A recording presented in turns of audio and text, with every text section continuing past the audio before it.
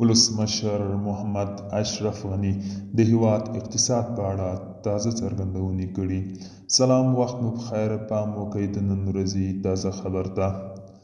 ولسمشر محمد اشرف غني اقتصادي وده نه یوازې د نن ورځې د هوساینې تضمینونکې وبله، چې له ذهنونو نه یې د جګړو مفهوم په ایستلو د هیواد د راتلونکي سیاسي ثبات تر ټولو مهم تسهیلونکی عامل وباله.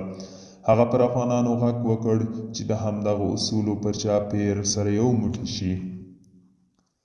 تګلارې باندې باید نتیجې ته ورسیږو. ملي اراده باید ولرو، لازمي اجماع ولرو، نیت مو باید د جوړولو وي، او حوصله او تمرکز د دې په دې هدف ته ورسیږو او نه ستړي کیږو. بریالیتوب عجیب شی دی. وخت چې بریالی اوسئ او لاره مو معلومه وي، ټولو کې همت راځي، ټولو کې حوصله راځي.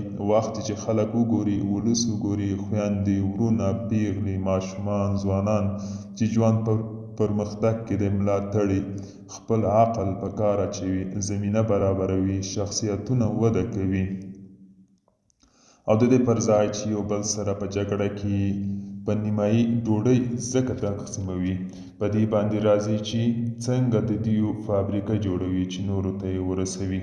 دوستانو، دا و د نن ورځې چمتو کلی خبر. تر بیا هم په الله سپارم. ښې جاري